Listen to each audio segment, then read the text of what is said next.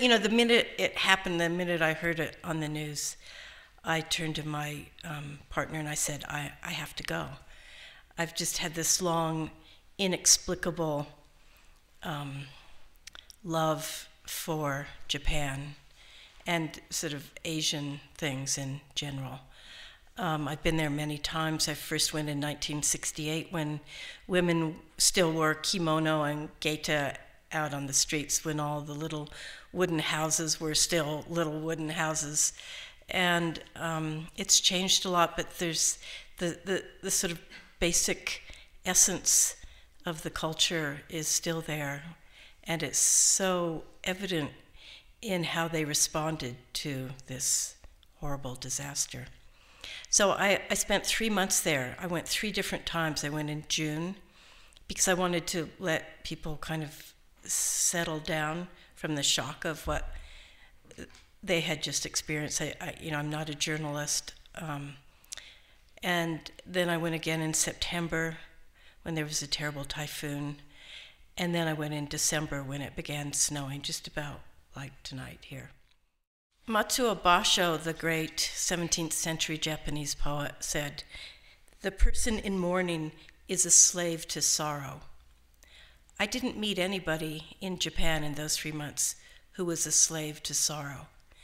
There was this incredible sense of euphoria at having survived, and at the same time it was really just like a coin that flipped back and forth. On the other side of that, of course, was terrible, terrible, wrenching grief over the losses. I mean, the people who lost loved ones. They didn't, losing a house, losing a car, that's we can all live through that, but losing loved ones is different. But there was also lots of laughter and a kind of hospitality, like those of us who are left, we have to really live now. We are surviving. This is us. This is right now. We are surviving, and that sort of went through all 3 visits there. I'll read a little bit from a fisherman who saved his boat.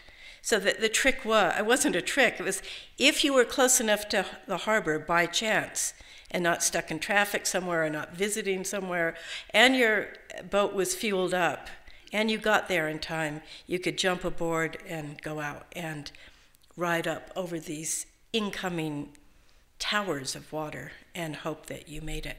I heard a story of one boat. Well, it was a village where several boats went out at the same time. These are big trawlers. And the guy, there were 2 sort of in single file, and the guy behind ran out of gas. And the really savvy captain saw it happen and threw a line at him, and he caught it and pulled the guy up over the waves.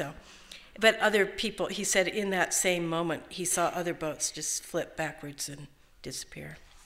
So it took a lot of guts. When the quake came, I knew there would be a tsunami, so I drove to the harbor, got on my boat, pulled anchor, and started out.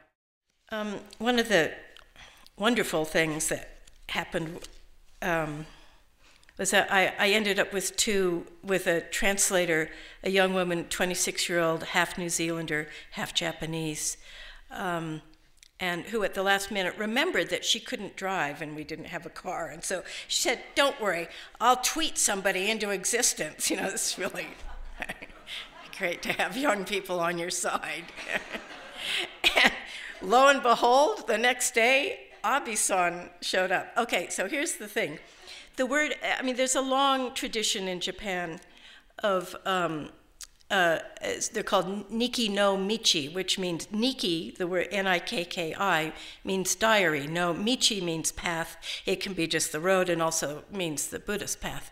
And it's a long tradition of writing travel narratives, of which Basho wrote the most famous Oku no Hosomichi, which happened to go through this whole area that was devastated by the tsunami. And so we often found ourselves exactly on his trail. But Nikki Nikki from New Zealand, my translator, her name is spelled Nikki. And the driver who showed up, who was this great Japanese long hair hippie, had this battered up van with a plywood bed in the back, but just, you know, a really wonderful person. He had quit his job and had been doing volunteer work the whole time and is still doing it. And his nickname was Abyss, Abyss. So I thought, this is perfect. You know, Nikki no Abyss. That is our mission. And off we went. In the news, they talk about these people being resilient, but it's much more than that. It was based on what a Shinto priest said is wa, which is a word that means together living, a sort of collective ideal of society. We're not talking about communism here. We're talking about a very ancient pastoral, rural, agricultural collective that comes from China and Korea, and the Buddhist concept of shunyata, which means emptiness, which means that the whole society is based on a sense of beauty framed by impermanence, and that because they live on this seismically active island, or 8 islands, that it's really a case of landscape shaping consciousness. It's hard to know what came first, you know, but. And I'll close with this. The ocean is heavy. As the planet took shape, water came from inside the earth. Our litany of natural disasters is nothing compared with the eruptions and earthquakes of the early Earth, when the temperature fell to 212 degrees below zero and spewing water vapor condensed into oceans as we know them today. Morning star, evening star, we live between them, rocking. A rag of cloud keeps wiping away the eye. Drowning, a tiny eye surfaces to take a last look at ruined earth, at human excesses and defects, and its genius. An ear lifts and hears music. Water slap, then down. Even underwater, I try to see, is the abyss dark or fed by fire? I hold a cracked tea bowl in my mind.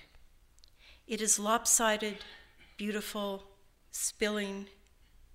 The chilled depths into which I slide break open like doors.